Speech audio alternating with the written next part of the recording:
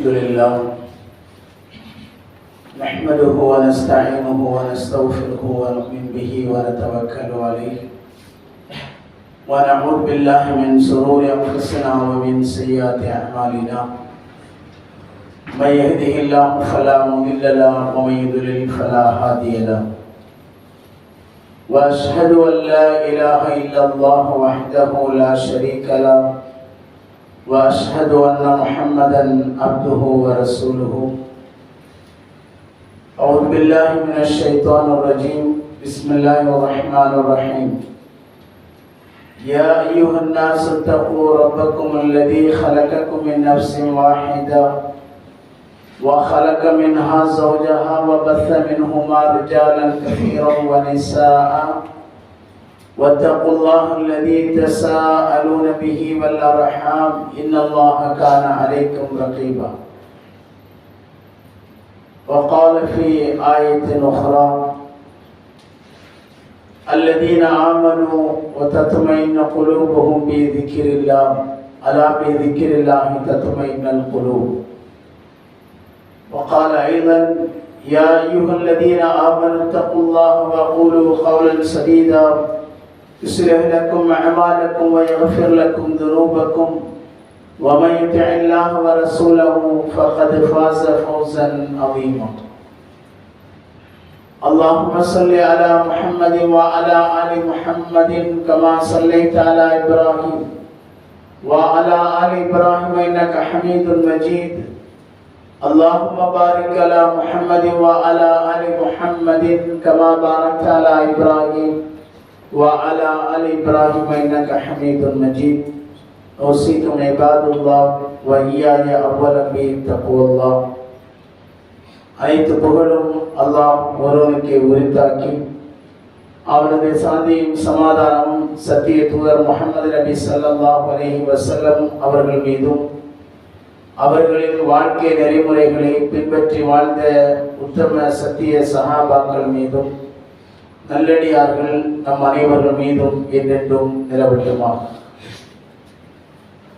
வார்த்தைகளில் சிறந்தது அல்லாஹ்வுடைய வார்த்தை என்றும் வழிகாட்டுதல்கள் சிறந்தது முஹம்மது நபி ஸல்லல்லாஹு அலைஹி வஸல்லம் அவர்களுடைய வழிமுறை என்றும் செயல்களில் மிக கெட்டது மார்க்கத்தில் பிதஅத்துகளை ஏற்படுத்துவது, மார்க்கத்தில் புதிதாக ஏற்படுத்தப்பட்ட ஒவ்வொன்றும் பிதஅத்துகள், ஒவ்வொரு பிதஅத்தும் வழிகேடுகள் அனைத்தும் உங்களை நரகத்தில் கொண்டு போய் சேர்த்துவிடும் என்று நபிகள் நாயகம் ஸல்லல்லாஹு அலைஹி வஸல்லம் அவர்கள் ஒவ்வொரு ஹுத்பாவின் ஆரம்பத்தில் நினைவுறுத்திய நபிமொழியை நானும் உங்களிடத்தில் நினைவு கூர்ந்தவராக இந்த ஜும்மாவினுடைய முதலாவது ஹுத்பாவை ஆரம்பம் செய்கிறேன். கண்ணியத்திற்குரிய சகோதர சகோதரிகளே, இந்த ஜும்மாவினுடைய சிறப்புகள், அதனுடைய சட்டங்கள் என்பது நாம் அனைவர்களும் அறிந்த விஷயங்கள் தான். இருந்தாலும் அவ்வப்போது ஒரு நினைவூட்டுதல் ஆட்களுக்கும் பெண்களுக்கும் சேர்த்து பொதுவாக இந்த ஜும்மாவினுடைய நன்மையை பொறுத்த மட்டில் யார் இமாம் மிம்பரிலே அமர்வதற்கு முன்பாக பள்ளிக்குள்ளே வருகிறார்களோ அவர்களுடைய முந்தைய பாவங்கள் இந்த ஜும்மாவில் இருந்து அடுத்த ஜும்மா வரைக்கும் உள்ள சிறிய பாவங்கள் மன்னிக்கப்படுகிறது என்று நபிகள் நாயகம் ஸல்லல்லாஹு அலைஹி வஸல்லம் அவர்கள் சொல்லி காட்டினார்கள்.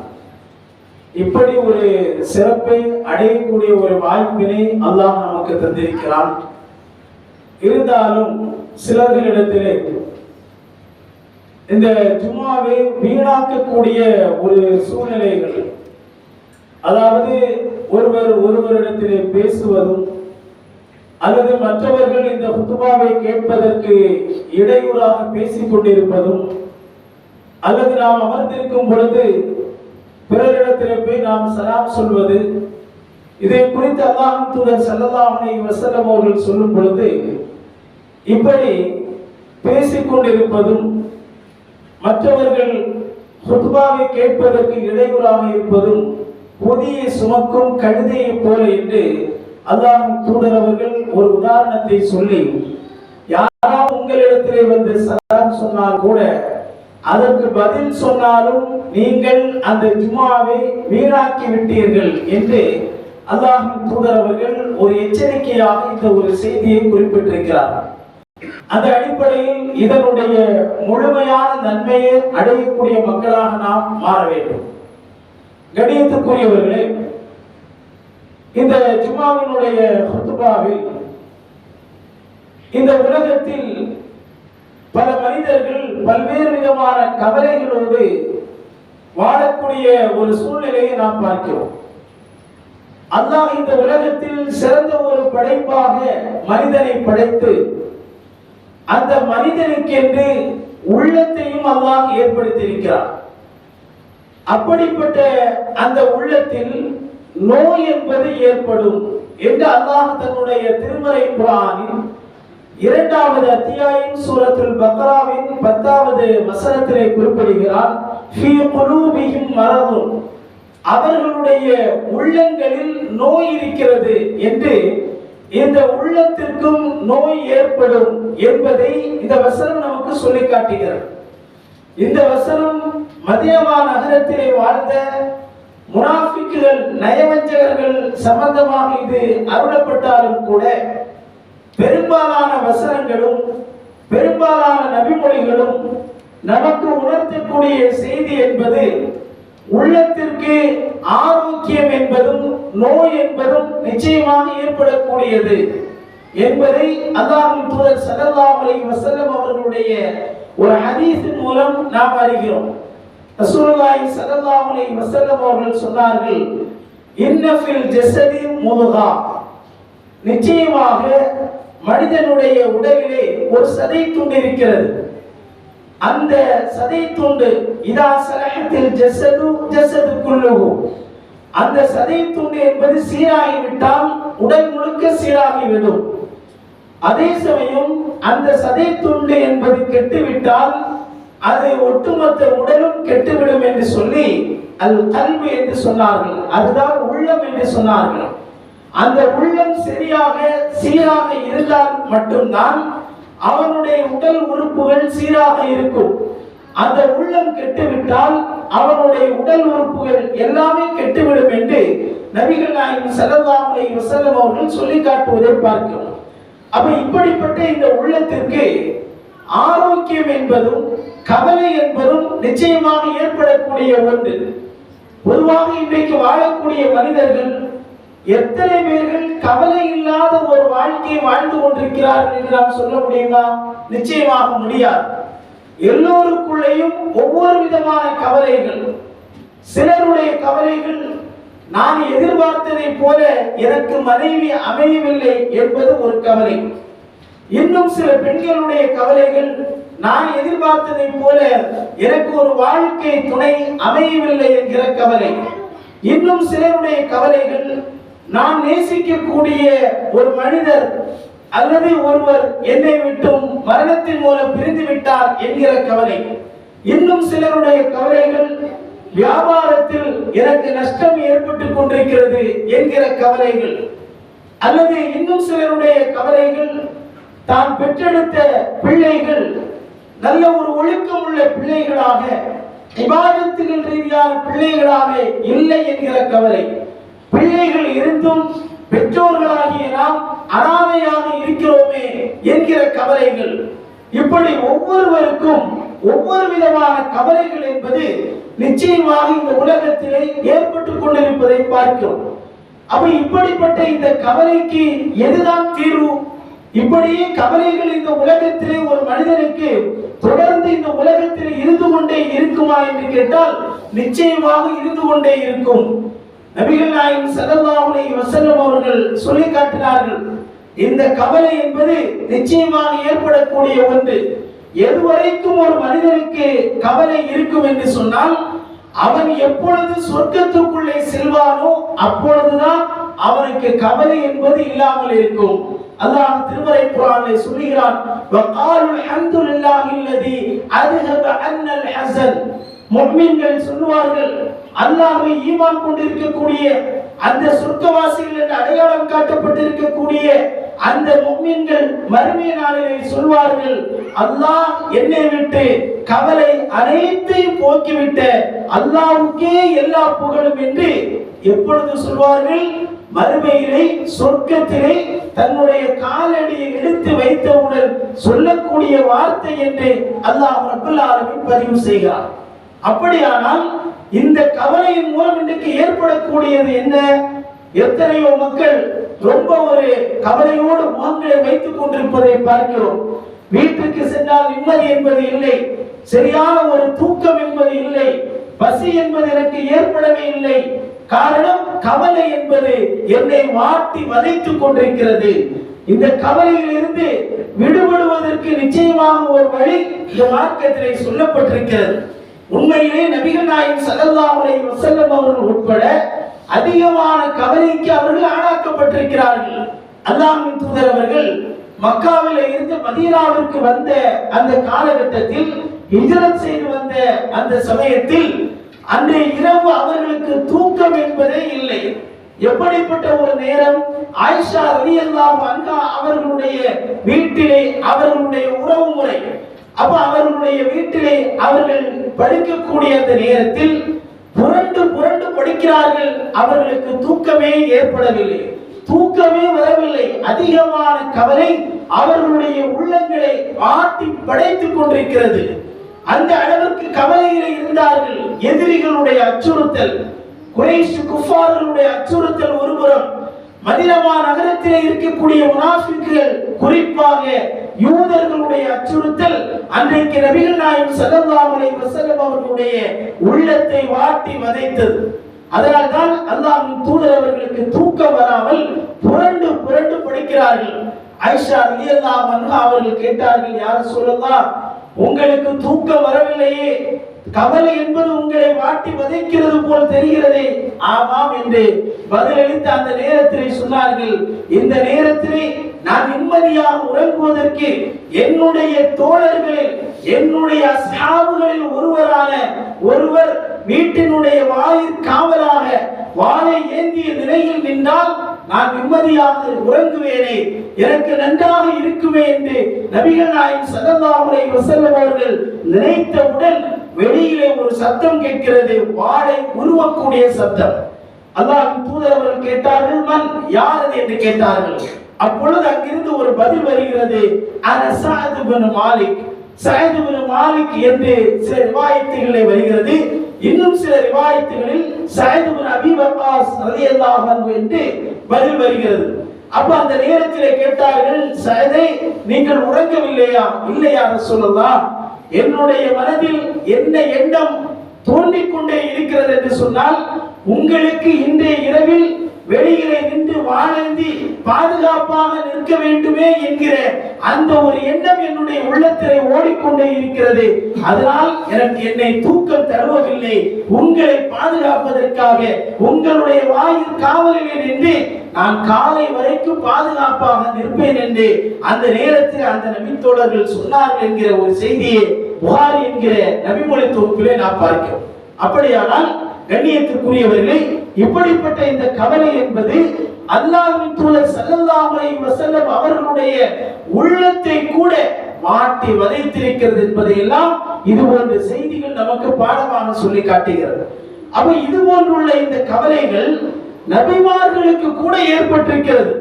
அல்லாஹ்வின் தூதர் ஸல்லல்லாஹு அலைஹி வஸல்லம் அவர்களிடத்தில் சஹாபாக்கள் கேட்டார்கள், ஐயுன் நாஸி அஷத்து பலா, அதாவது இந்த மக்கள்ல கடுமையாக சோதிக்கப்பட்டவர்கள் யார் என்று கேட்கும் பொழுது நபிகள் நாயகம் ஸல்லல்லாஹு அலைஹி வஸல்லம் அவர்கள் சொன்ன பதில் அல் அன்பியா, நபிமார்கள் என்று சொன்னார்கள். கடுமையான சோதனைக்கு ஆளாக்கப்பட்டார்கள் யார்? நபிமார்கள். அல்லாஹ்வுடைய தூதர் உட்பட கடுமையான சோதனைக்கு ஆளாக்கப்பட்டார்கள். 13 ஆண்டு காலகட்ட மக்கா நகரத்திலே எதிரிகளுடைய வசைப்பாடுதலுக்கு ஆளாக்கப்பட்டார்கள். இறுதியாக அவர்களுடைய உயிரை கேள்விக்குறி என்று வரக்கூடிய நேரத்திலே தான் அல்லாஹ் ரப்பல் ஆலமீன் ஹிஜ்ரத் என்று சொல்லக்கூடிய அந்த பயணத்தின் மூலம் மக்காவை விட்டு மதீனா செல்வதற்கு அனுமதி கொடுத்தார். அப்ப இப்படி தான் என்று கடுமையான மக்களிலே சோதிக்கப்பட்டவர்கள் நான் தான் என்று சொல்வதற்கு பதிலாக அங்கே அவர்கள் என்ன சொன்னார்கள்? அல் அன்பியா, நபிமார்கள் என்கிற ஒரு வார்த்தையை சொன்னார்கள். அப்ப இப்படி நபிமார்கள் பலர்கள் இந்த உலகத்திலே சோதிக்கப்பட்டிருக்கிறார்கள். யூனுஸ் அலைஹிஸ்ஸலாம் அவருடைய வரலாறுகள் நமக்கு தெரியும். இப்படி கவலைகள் ஏற்படக்கூடிய நேரத்தில் மார்க்கம் சொல்லக்கூடிய வழிமுறை என்ன என்பதை கண்டிப்பாக நாம் ஒவ்வொருவரும் அதை அறிய கடமைப்பட்டிருக்கிறோம். யூனுஸ் அலைஹிஸ்ஸலாம் தன்னுடைய சமூகத்தின் மீது கோபம் கொண்டவராக செல்லக்கூடிய நேரத்தில் கடல் வழியாக பயணம் செய்கிறார். கடலோரமாக செல்லும் பொழுது அவரை ஒரு மீன் விழுங்குகிறது. அந்த எப்போ, அதாவது எந்த விதமான விஞ்ஞானமும் இல்லாத ஒரு காலகட்டம். அந்த மீன் இருக்கக்கூடிய இடம் எங்கே? கடலினுடைய ஆழ பகுதி. அந்த ஆழம் மிக இருளாக இருக்கிறது. அப்படிப்பட்ட மீன் வயிற்றுக்குள் யூனுஸ் அலைஹிஸ்ஸலாம் அவர்களை அல்லாஹ் தண்டிக்கிறார். மீனுடைய வயிற்றில் இருக்கிறார்கள். இது யாருக்கு தெரியும்? வெளியில ஏதாவது மக்கள்கிட்ட போய் சொல்ல முடியுமா? சொல்ல முடியாத ஒரு சூழல். யூனுஸ் அலைஹிஸ்ஸலாம் அவர்களுக்கும் அல்லாஹ்வுக்கு மட்டும்தான் அவர்கள் எந்த நேரத்திலே எப்படிப்பட்ட சூழலில் இருக்கிறார்கள் என்று தெரியும். அந்த நேரத்தில் யூனுஸ் அலைஹிஸ்ஸலாம் அவர்கள் தன்னுடைய அந்த தவறை உணர்ந்து, நாம் இப்படி கோபித்து சென்றிருக்க கூடாது, நாம் கோபப்பட்டு விட்டோம் என்கிற தவறை உணர்ந்து அந்த நேரத்தில் சொன்னார்கள், அல்லா இலாஹ இல்லா, வணக்கத்திற்குரியவன் அல்லாஹ்வை தவிர வேறு யாரும் இல்லை. லா இலாஹ இல்லா அன்த, நிச்சயமாக உன்னை தவிர வேறு யாரும் இல்லை. சுப்ஹானக், நீ தூய்மையானவன். இன்னி குன்து மினல் வாலிமீன், நிச்சயமாக நான் அநியாயக்காரர்கள் ஒருவராக ஆகிவிட்டேன் என்று அந்த நேரத்தில் மன்னிப்பை வேண்டுகிறார் யூனுஸ் அலைஹிஸ்ஸலாம். தொடர்ந்து அல்லாஹ் சொல்கிறான், ஃபஸ்தஜப்னா லஹு, அவருடைய பிரார்த்தனையை அவருக்கு நாம் பதிலளித்தோம். எந்த இடத்திலே இருந்து செய்தார்? ஃபி முலுமாத்தில் பஹர், இரவு அந்த கடலினுடைய இருள் பகுதியிலே இருந்து கொண்டு, மீனுடைய வயிற்றிலே இருந்து கொண்டு அவர் செய்த பிரார்த்தனை. ஆனால் அந்த பிரார்த்தனையோடு அல்லாஹ் அந்த வசனத்தை முடிக்கவில்லை. இறுதியாக சொல்கிறான், வகதாலிக நுஞ்சில் முஃமினீன், இவ்வாறுதான் முஃமின்களையும் நாம் காப்பாற்றுவோம். அப்படியானால் இந்த செய்தி நமக்கு உணர்த்தக்கூடிய ஒரு படிப்பினை, ஒரு மிகப்பெரிய ஒரு கவலையிலே நாம் இருக்கிறோம் என்று சொன்னால், முதலாவதாக நாம் செய்ய வேண்டியது அல்லாஹ்வுடைய சன்னிதானத்தில் அல்லாஹ்விடத்திலே அழுது புலம்பி நாம் பிரார்த்தனை செய்வது. அந்த பிரார்த்தனையின் மூலம் அல்லாஹ் ரப்பல் ஆலமீன் நம்முடைய கவலைகளை போக்குவான். அந்த கவலைகளுக்கு மன ஆறுதலை அல்லாஹ் ஏற்படுத்துவான், மன நிம்மதியை நமக்கு ஏற்படுத்துவான். ஆனால் இன்றைக்கு நாம் என்ன செய்கிறோம்? நம்முடைய நண்பர்களிடத்திலே கவலையை பற்றி சொல்கிறோம், நமக்கு விருப்பமானவர்களிடத்திலே சொல்கிறோம், அல்லது நண்பர்களோடு சேர்ந்து ஏதாவது ஒரு சுற்றுலா தலங்களுக்கு சென்றால் அங்கே நமக்கு மன நிம்மதி ஏற்படும் என்று நாம் நினைத்துக் கொண்டிருக்கிறோம். நண்பர்களோடு எவ்வளவு நேரங்கள் நாம் நேரத்தை பகிர்ந்து கொள்ள முடியும்? குறிப்பிட்ட நேரத்திற்கு பிறகு நம்மை விட்டு அவர்கள் சென்று விடுவார்கள். அதற்கு பிறகு நமக்கு ஆறுதல் சொல்லக்கூடியது, நமக்கு வக்கீலாக பொறுப்பாளியாக இருப்பது யார்? அல்லாஹ் ரப்பல் ஆலமீன். அந்த இறைவனிடத்திலே முறையிட்டு அந்த இறைவனிடத்தில் நீங்கள் பிரார்த்தனை செய்யும் பொழுது அல்லாஹ் உங்களுடைய மனதிலே மிகப்பெரிய ஒரு அமைதியை உங்களுடைய உள்ளத்திலே ஏற்படுத்துவார். அழகான ஒரு பிரார்த்தனையை கற்றுத் தந்தார்கள். நமக்கெல்லாம் பல பேர்களுக்கு தெரியும், அல்லாஹும்ம இன்னி அஊது பிக்க மினல் ஹம்மி வல் ஹஸன். பல மொழிபெயர்ப்புல துக்கத்தை விட்டும் கவலையை விட்டும் உன்னிடத்தில் நான் பாதுகாப்பு தேடுகிறேன் என்று மொழிபெயர்க்கப்பட்டிருக்கு. இன்னும் சில மொழிபெயர்ப்பில் கவலையை குறித்து மட்டும்தான் அந்த வாசகங்கள் இருக்கும். இதுல ரெண்டு விதமான வாசகங்கள். ஹம் அப்படின்னு சொன்னால் கவலை, ஹஸன் அப்படின்னு சொன்னாலும் துயரம். ஹஸன் துயரம், கவலை, இப்படிங்கிற ரெண்டு பொருள் இருக்கிறது. இந்த ஹம் என்பதற்கு விளக்கம் சொல்லக்கூடிய நேரத்தில் என்ன விளக்கத்தை அறிஞர்கள் கொடுக்கிறார்கள் என்று சொன்னால், இப்னு அப்பாஸ் ரலியல்லாஹு அன்ஹு அவர்கள் இந்த வார்த்தைக்கு விளக்கம் சொல்லும் பொழுது, வர இருக்கக்கூடிய எதிர்காலத்தில் நமக்கு நடைபெறக்கூடிய கவலையான விஷயங்களை விட்டும் அல்லாஹ்வே உன்னிடத்தில் நான் பாதுகாப்பு தேடுகிறேன்.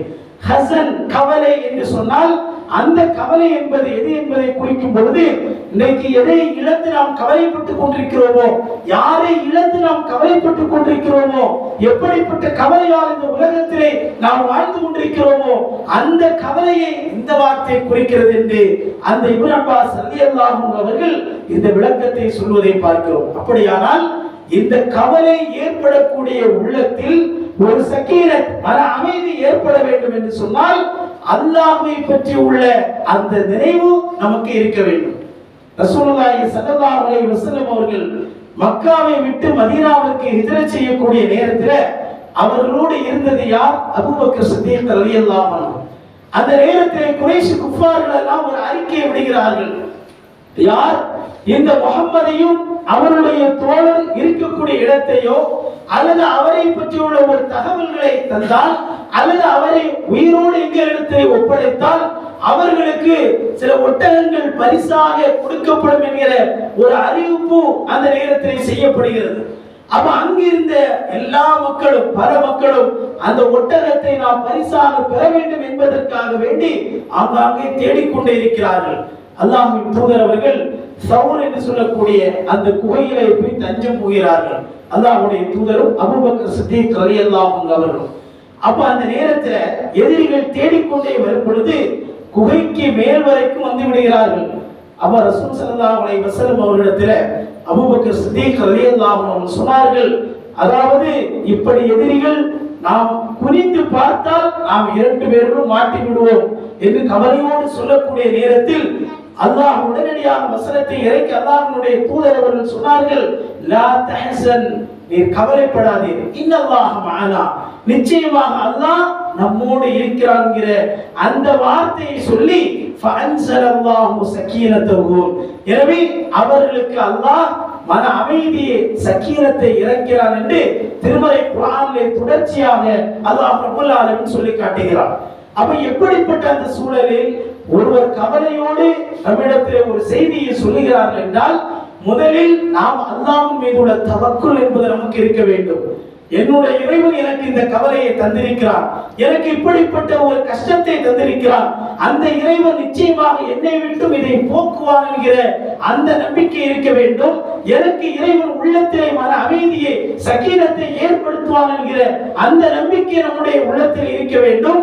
அப்படி இருந்து அந்த நம்பிக்கையோடு கவலையோடு நம்மிடத்தில் சொல்லக்கூடிய மக்களிடத்தில் அந்த இறைவனிடத்தில் நீ பிரார்த்தனை செய் என்று சொல்லும் பொழுது எப்படி அபூபக்கர் சித்தீக் ரலியல்லாஹு அன்ஹு அவர்களுக்கு அல்லாஹ்வுடைய தூதரின் மூலமாக அல்லாஹ் சக்கீனத்தை இறக்கினானோ, எதிரிகளுடைய அச்சுறுத்தல் ஏற்படக்கூடிய நேரத்தில் மன அமைதியை இறக்கினானோ, அதே போல நிச்சயமாக அல்லாஹ்வும் நம்முடைய உள்ளத்தில் மன அமைதியை இறக்குவான்.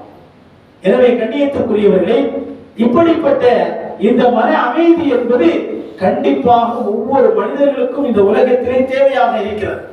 பல பேர்களுக்கு பலவிதமான கவலைகள், பல்வேறு விதமான பயங்களோடு அடுத்து நாம் என்ன செய்வது, என்ன முடிவு எடுப்பது என்று தெரியாமல் தத்தளித்துக் கொண்டிருக்கக்கூடிய இது போன்றுள்ள சூழ்நிலைகளில் நாம் இறைவனிடத்திலே முறையிட வேண்டும். அந்த முறையிடுதல் என்பது எப்படி இருக்க வேண்டும்?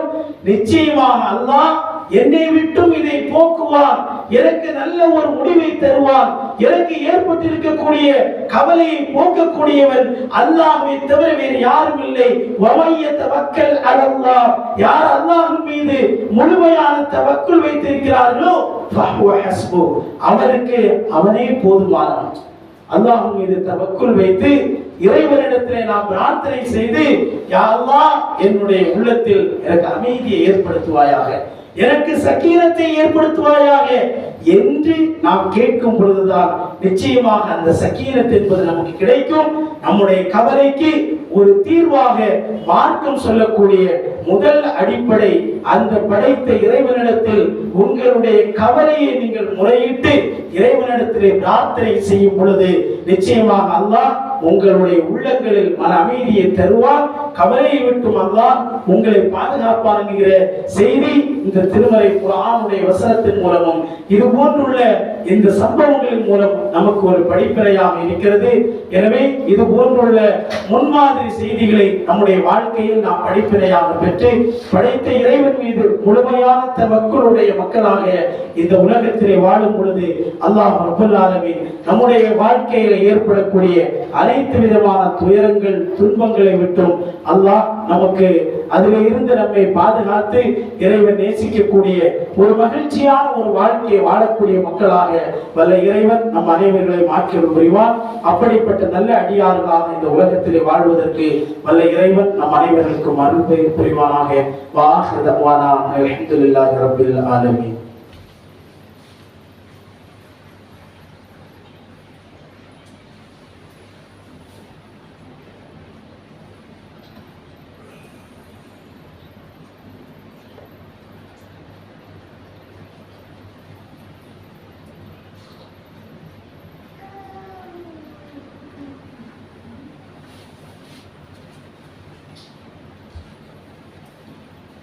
الحمد لله رب العالمين والصلاة والسلام على أشرف الأنبياء والمرسلين وعلى آله وصحبه أجمعين.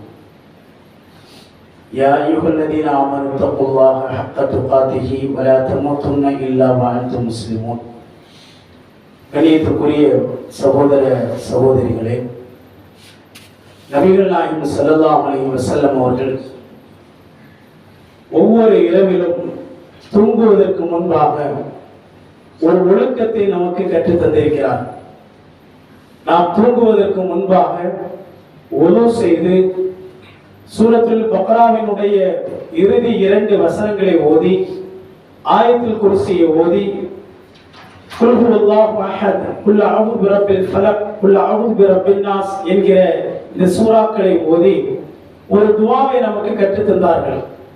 அல்லாஹும்ம அஸ்லம்து நஃப்ஸி இலைக் என்று தொடங்கக்கூடிய ஒரு பிரார்த்தனை. அதிலே வரக்கூடிய ஒரு பிரார்த்தனையினுடைய ஒரு பகுதி, வஃபவ்வல்து அம்ரி இலைக், இறைவா என்னுடைய காரியங்கள் விஷயங்கள் அனைத்தையும் உன்னிடத்தில் நான் ஒப்படைத்து விடுகிறேன் என்று இந்த துஆவை தொடர்ச்சியாக நாம் ஓதும் பொழுது, அதுவும் எப்படி உது செய்து நாம் தூங்கக்கூடிய நேரத்தில் வலதுபுறமாக படுத்து அந்த வலது கையை அந்த கன்னத்தின் மீது வைத்துக் கொண்டு இந்த துஆவை ஓதி வர வேண்டும். அதில் எதிர்காலத்தில் நமக்கு இருக்கக்கூடிய கவலையான ஒரு விஷயங்கள் இருந்தது என்று சொன்னால் அதை நாம் அல்லாஹ்விடத்திலே ஒப்படைக்கிறோம். அல்லாஹ்வே உன்னிடத்திலே என்னுடைய அனைத்து காரியங்களையும் நான் ஒப்படைத்து விடுகிறேன் என்று இப்படிப்பட்ட அழகான பொருளை கொண்ட ஒரு துஆ. இன்னைக்கு நம்ம எத்தனை பேர்களுக்கு அந்த பிரார்த்தனைகள் தெரியும்? இரவிலே தூங்கக்கூடிய நேரத்தில் ஒது செய்த நிலையிலே நாம் எத்தனை பேர் தூங்குகிறோம்? ஒது செய்து விட்டு ஜும்மாலே வந்து தூங்குகிறோம். இந்த பழக்கங்கள் நம்மிடத்தில் இருக்கிறது. ஆனால் எந்த நேரத்தில் இந்த பழக்கத்தை வைக்க வேண்டுமோ அந்த நேரத்தில் இந்த பழக்கங்கள் இல்லாதவர்களாக இன்றைக்கு நாம் இருந்து கொண்டிருக்கிறோம். இப்படி நமக்கு கவலைகள் ஏற்படக்கூடிய நேரத்தில் மன அமைதியை தரக்கூடியது இன்னைக்கு நாம் என்ன நினைக்கிறோம்? வாரம் ஞாயிற்றுக்கிழமை என்று சொன்னால் ஏதாவது ஒரு பீச், ஒரு பார்க், ஒரு ஹோட்டல், எங்கேயாவது ஒரு இடத்திற்கு குடும்பத்தோடு நாம் சென்று விட்டால் அது நமக்கு ஒரு ரிலாக்ஸ், மனதில் ஒரு விதமான அமைதியை ஏற்படுத்துகிறது என்று நாம் நினைத்துக் கொண்டிருக்கிறோம். ஆனால் அல்லாஹ் ரப்பல் ஆலமீன் சொல்கிறான், அல்லதீன ஆமனு தத்மஇன்னு குலூபுஹும் லிذிக்ரில்லாஹ், நிச்சயமாக முஃமின்கள் அவர்களுடைய உள்ளங்கள் எப்படி அமைதி பெறும் என்று சொன்னால் ذிக்ரில்லாஹ், அல்லாஹ்வை நினைவு கூறுவதன் மூலமாக. அலா அறிந்து கொள்ளுங்கள், பிذிக்ரில்லாஹி தத்மஇன்னல் குலூப், உங்களுடைய உள்ளங்கள் இறைவனை நினைவு கூறுவதன் மூலமாகத்தான் அமைதி பெறும் என்று அல்லாஹ் திருமறை குர்ஆனில் சொல்லி காட்டுகிறார். மன அமைதி, மன சஞ்சலம், கவலைகள் நமக்கு ஏற்படுகிறதா? திருமறை குர்ஆனை திறந்து கொஞ்சம் பேஜ்களை நாம் ஓதுவது, அல்லாஹ்வின் தூதர் ஸல்லல்லாஹு அலைஹி வஸல்லம் அவர்கள் சொன்ன அந்த ஹதீஸ்களான செய்திகளை நாம் படிப்பது, திக்ருகளை செய்வது, இது போன்றுள்ள செய்திகள் தான் நம்முடைய உள்ளங்களில் ஒரு அமைதியை ஏற்படுத்துகிறது. அது எல்லாவற்றுக்கும் மேலாக இது ஒரு வழிமுறையாக இருக்கிறது. இப்படிப்பட்ட இந்த கவலைகள் ஏற்படக்கூடிய துக்கங்கள் எல்லாவற்றையும் போக்குவதற்காக ஒரு துஆவை நபிகள் நாயகம் ஸல்லல்லாஹு அலைஹி வஸல்லம் அவர்கள் கற்றுத் தந்தார்கள். அனஸ் ரலியல்லாஹு அன்ஹு அறிவிக்கக்கூடிய செய்தி அஹ்மத் என்கிற நபிமொழி தொகுப்பிலே பதிவு செய்யப்பட்டிருக்கிறது. அல்லாஹும்ம, இறைவா, இன்னி அஊது பிக்க மினல் ஹம்மி வல் ஹஸன், கவலை துக்கத்தை விட்டு உன்னிடத்தில் நான் பாதுகாப்பு தேடுகிறேன். 8 விஷயங்களை விட்டு பாதுகாப்பு தேடப்படக்கூடிய ஒரு பிரார்த்தனையாக இதை கற்றுத் தந்தார்கள். முதல் ஹுத்பாவிலே நான் சொன்னேன், ஹம் என்று சொன்னால் அதுவும் துயரம். எப்படிப்பட்ட துயரம்? துக்கம் என்று சொன்னால் எதிர்காலத்திலே நமக்கு துக்கமாக நடக்கக்கூடிய அதை விட்டு நாம் பாதுகாப்பு தேடுவது. ஹசன், கவலை. இப்பொழுது நாம் எந்த கவலையோடு இருக்கிறோமோ, எதை குறித்து கவலைப்பட்டவர்களாக இருக்கிறோமோ, இப்படி நம்முடைய மனதை அதிகம் பாதிக்கக்கூடிய அந்த கவலைகளை விட்டு பாதுகாப்பு தேடுவது. அப்ப முதலாவதாக ஹம்மி, துக்கத்தை விட்டும், ஹசன், கவலையை விட்டும், வல் அஜிஸ், இயலாமை, சோம்பேறித்தனம், வல் கஸல், சோம்பேறித்தனம். எதை நம்ம செய்யணும்னு நினைச்சாலும் நமக்குள்ள ஒரு சுறுசுறுப்பே வராது. என்னால இது முடியல, எனக்கு இது கஷ்டமான ஒரு விஷயம் என்று இன்றைக்கு நம்மள பல விஷயங்களை நாம் உணர்கிறோம். அப்ப இப்படிப்பட்ட இயலாமை என்பது நம்முடைய வாழ்க்கையில ஏற்பட்டு விடக்கூடாது. அதே போல சோம்பேறித்தனம், இது இன்னைக்கு பல மக்களிடத்தில் இபாதத்துகள் என்று வந்தால் சோம்பேறித்தனம். இப்ப ஜும்மாவுடைய குதுபா என்பது அது நாம கேட்கக்கூடிய ஒன்று. அப்ப அதிலேயும் தூங்கி நம்முடைய நேரங்களை கழிக்கிறோம் என்று சொன்னால் கசில் சோம்பேறித்தனம் என்பது நம்மிடத்தில் இருக்கிறது. அப்ப இந்த சோம்பேறித்தனத்தை விட்டும் அல்லாஹ்விடத்திலே நாம் பாதுகாப்பு தேடுவது, வல் அஜிஸ் இயலாமை, எதுவுமே என்னால் செய்ய முடியாமல் இருப்பது, வல் ஜுபன் கோழைத்தனத்தை விட்டும், வல் புகுல் கஞ்சத்தனத்தை விட்டும், வகலபத்தின் தைர் கடன் என்னை மிகைத்து விடக் கூடாது என்பதை விட்டும், வகலபத்தின் ரிஜால் பிற ஆண்களுடைய ஆதிக்கம் என் மீது ஏற்பட்டு விடக் கூடாது, பிறர்கள் என் மீது ஆதிக்கம் செலுத்தி விடக் கூடாது என்கிற இந்த 8 விஷயங்களை மையப்படுத்தி நபிகள் நாயகம் ஸல்லல்லாஹு அலைஹி வஸல்லம் அவர்கள் ஒவ்வொரு நாளும் அதிகமாக இந்த பிரார்த்தனை கேட்டுக் கொண்டிருக்கிறார்கள். இன்னைக்கு நாம் எத்தனை பேர் இந்த துஆவை கேட்கிறோம்?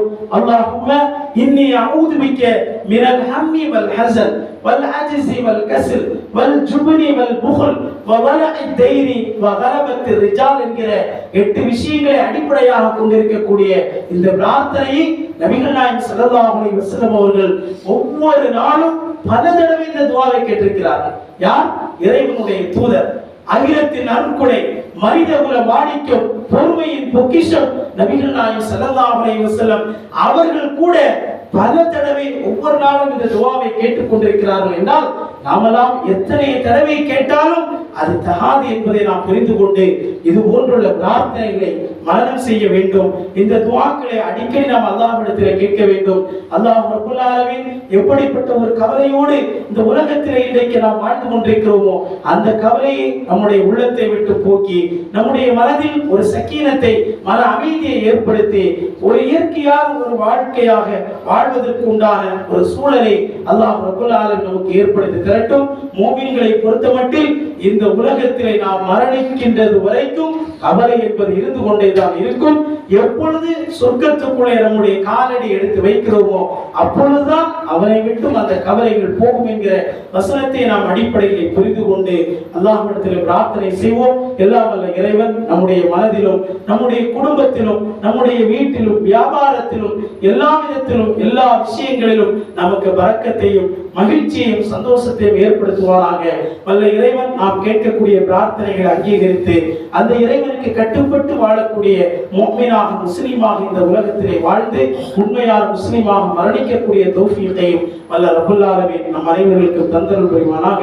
அல்லாஹும்ம அஇஸ்ஸல் இஸ்லாம் வல் முஸ்லிமீன் வ அதில் ஷிர்க வல் கஃபரத வல் முஷ்ரிகீன் ஃபன்சுர்னா அலல் கௌமில் காஃபிரீன். இன்னல்லாஹ யஅமுருக்கும் பில் ஆதில் வல் இஹ்சான் வ ஈதாஇ தில் குர்பா வ யன்ஹா அனில் ஃபஹ்ஷாஇ வல் முன்கர் வல் பகி யஇதுக்கும் லஅல்லக்கும் ததக்கரூன் வ லதிக்ருல்லாஹி அக்பர் வல்லாஹு யஅலமு மா தஸ்னஊன்.